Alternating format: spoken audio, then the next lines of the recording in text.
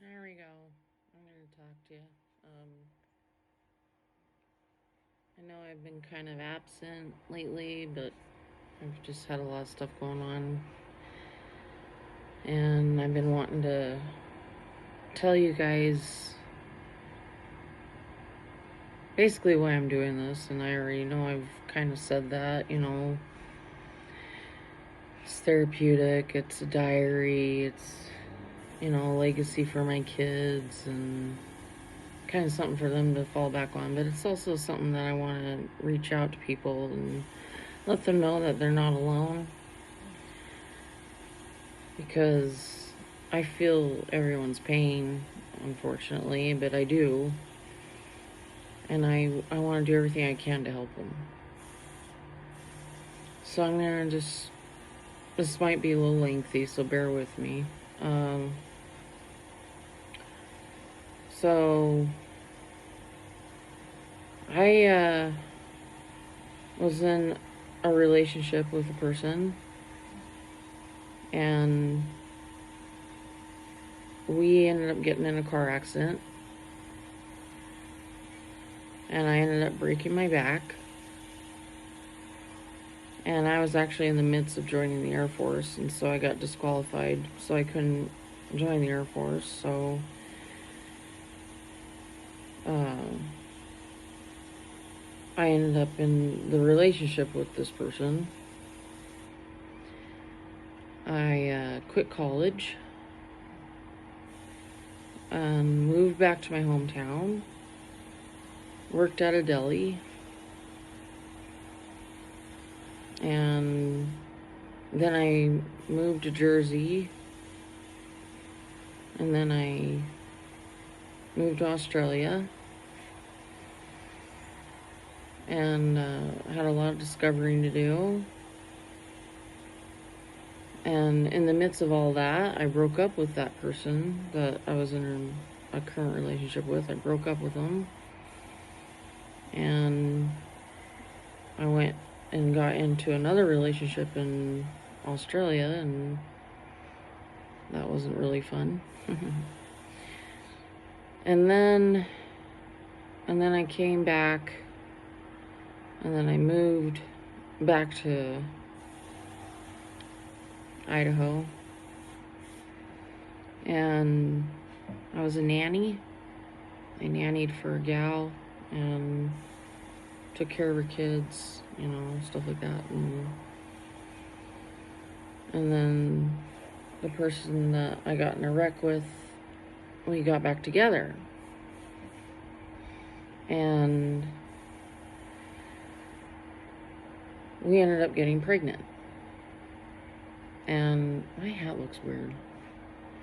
We ended up getting pregnant, and we had Ryan.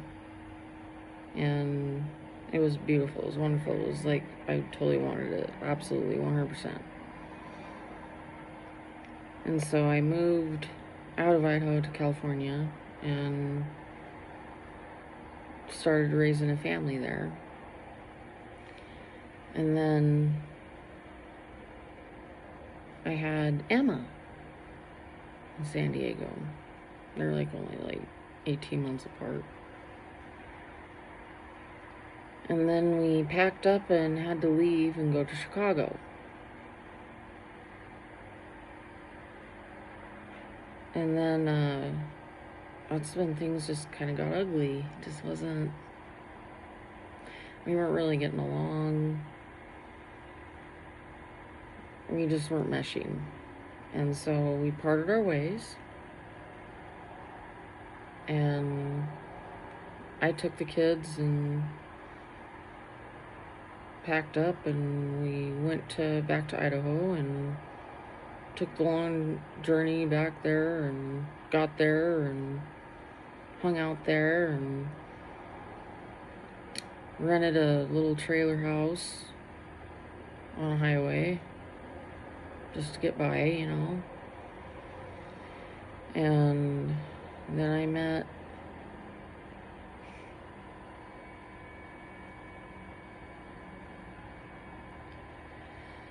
then I met Travis.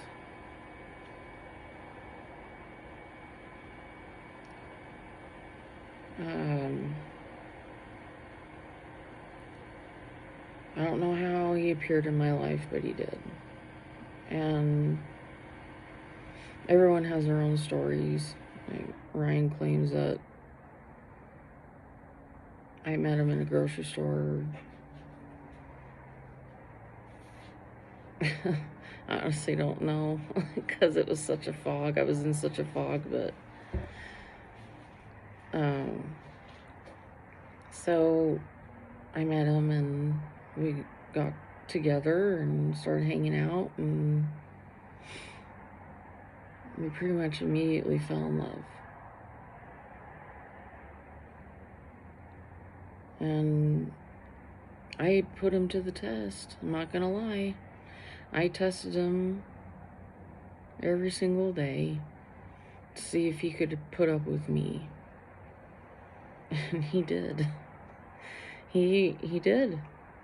He was the strongest man I've ever known. And he's very patient. And then we got married. And then we had a baby. And that was Christopher. And then we stayed in... I'm just going to draw the name. We stayed in Salmon for probably about, I don't know, 2 years, and then 2-3 years, maybe 4. And then we got transferred because Travis works for a utility company. So we got transferred and we moved to this one place. And just a little backstory, we like to, float the river, river raft and stuff like that. And so we did that a lot in Salmon. And so we tried it out at this new place that we were at, which is where I currently reside right now. And he was just gung-ho on wanting to do it. He just wanted to do it. I couldn't get it out of his head. I couldn't talk him out of it. I did everything in my power to talk him out of it because I just, for some reason, had a bad feeling. I didn't feel like it was right to do, and it was just me and Christopher and Travis. Ryan and Emma were not here. They were gone with the grandparents. Thank God. Anyway, so we ended up getting on the river, and we were paddling, or he was rowing, and me and Christopher were sitting on the other side of the boat, and I was holding on to him. And I remember the last words Christopher said to me was, "I love this." And the last words that I heard that really, that Travis said was, "Hold on." And that's when the boat flipped.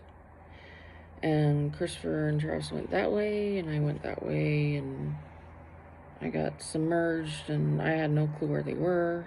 I was holding onto the rope of the boat. I was swimming under the boat.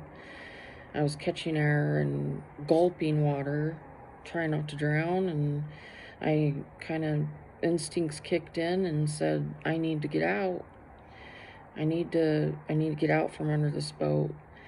And so I did. So I dove under like a dolphin and swam like a quarter of a mile to an island. Managed to grab onto a branch, and I latched onto it. And as I was catching my breath and coughing and stuff, I looked to my left and I saw Travis and Christopher floating down the river. Travis was holding Christopher up like this, and blood was gushing out of Travis's head because he must have hit a rock or something. I don't know. But they were both screaming help. And it was a scream that I'll never get out of my head. So I saw them go down the other side of the river, and I wanted to go rescue them, so I tried. I tried to tread the water, and something pulled me back and said, don't do it. Don't do it. You got Ryan and Emma. So I stayed put. So that's when I started screaming for help. I screamed and screamed and screamed until I was hoarse. And a lady showed up at the bank of the river. She had a phone, thankfully. Luckily, we had service there. And we had to do sign language, which I don't know, but we figured each other out. And she was asking me, how many people are with you? And I said, me, 2, that way. And so that's when she called 911, and the ambulance came and went up the hill and came back down, and then a helicopter came. And then the search and rescue boat was out on the river. They were buzzing around like crazy, and they weren't looking for me because they knew where I was. That's what got me all worried. And then they finally got me at 11 o'clock at night. And a gal comes out with a rope and throws it at me. And I said, I don't have the energy to do it. I don't have the energy to grab it. And she said, do you want to die or do you want to live? I said, I want to live.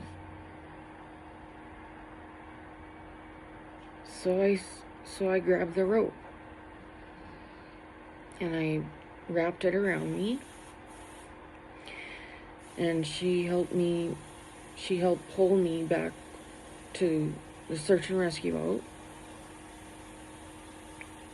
I got in the boat, and all the while I kept asking, where is Travis and Christopher? Where are they? Why aren't you guys talking to me? And she looked at me and said, the sheriff is waiting for you at the dock. And then I saw their cut up life jackets. And I automatically knew. And I was so weak from staying out there, and I had hypothermia. I was in shock. My heart was racing. But I get off the boat and I storm up that dock, and it was like this steep. I storm up it, and I ran up to the sheriff. I said, where are they? And he grabbed me by the shoulders and he said, Becky, they're gone. And I said, fuck you. I screamed and yelled at him. And he grabbed me and held on to me, and then I fell down to my knees.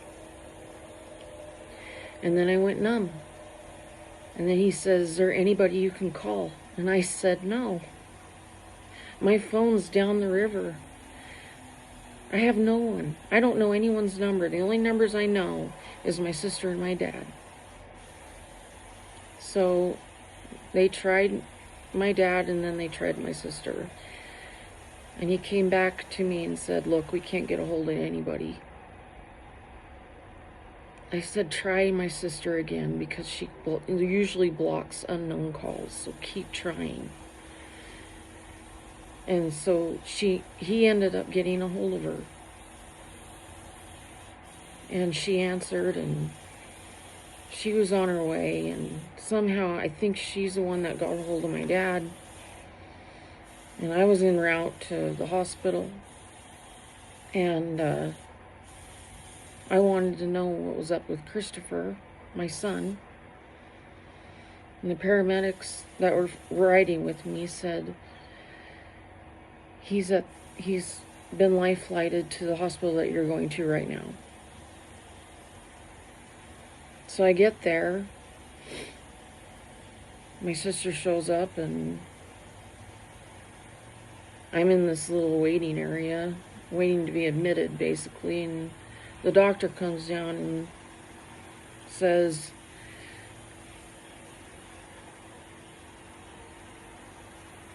"We tried everything to keep him warm.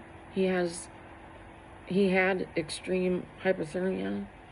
His heart was beating so slow that we couldn't resuscitate him, and he passed away just now. Do you want to see him?" And I said no, because I don't want that image in my head for the rest of my life. So I got admitted, and I was in the hospital. Everyone thought I was dying of a heart attack. I wasn't.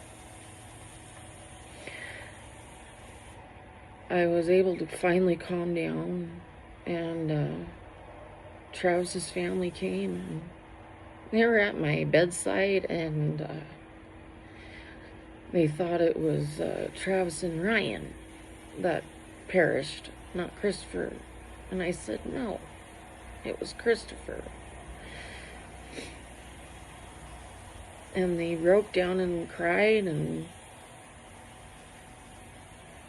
the CEO of Travis's company was there, and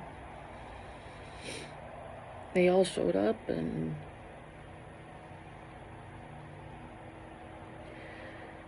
I went back to my house, because I was only in there for about a day, and went back to the house that we were residing at. Went back to the house, and I couldn't stay there, so I packed up Ryan and Emma, because my dad brought them down, and we went to the hotel that my dad was staying at. And I got out of the shower, and I looked at my dad, and I said, "I'm a widow. Now what?" And then he cried. And then, so I packed up my kids and took them to the house to grab some things, and then we went to my sister's house and stayed with her for about a week. And then I finally decided that it was time to go home. And so I packed up my kids again, and we came home.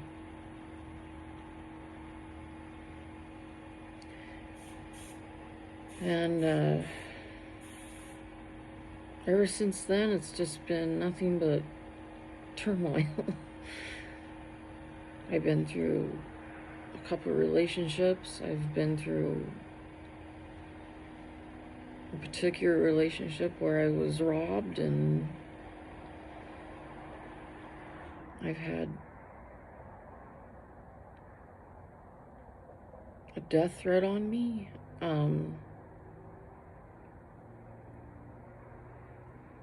It's changed my life forever. I'm basically just telling you this so that you know where I'm coming from.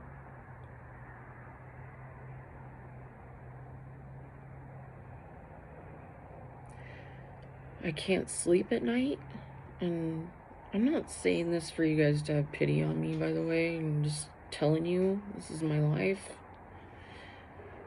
But I sleep pretty much all day, and then I get up at night because I feel like a gargoyle in my kitchen. I have cameras all around my house.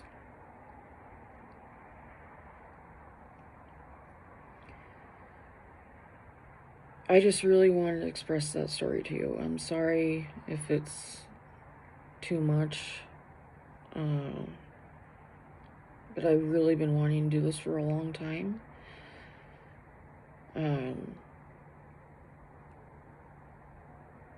My life will never be the same, obviously.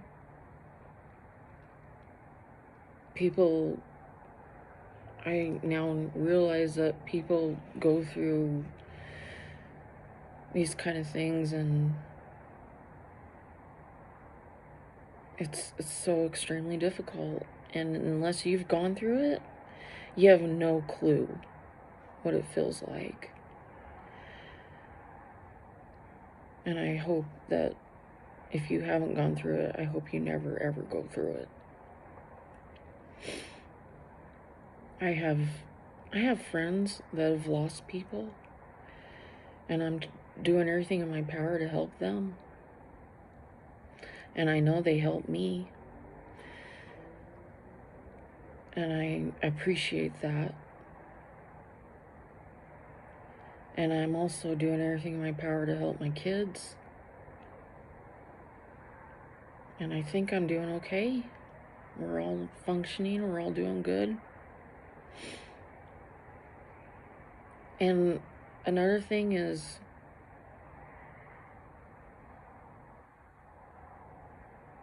I want to say I am strong. I obviously survived a giant river that I can't even swim in. I've survived relationships. I've survived hardships. I know what it feels like. I know what the road feels like. And I'm just reaching out to you guys to let you know that, for one, I'm okay.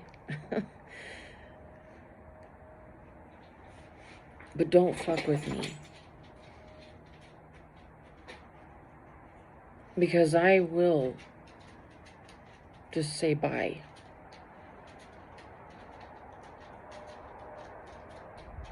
But I will also be there for you. I'll help you. But if you mess with me, you're not gonna like it.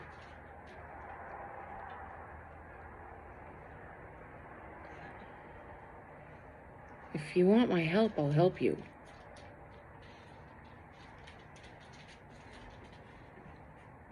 Sorry this took so long, but I just wanted to get it out. I will talk to you guys later.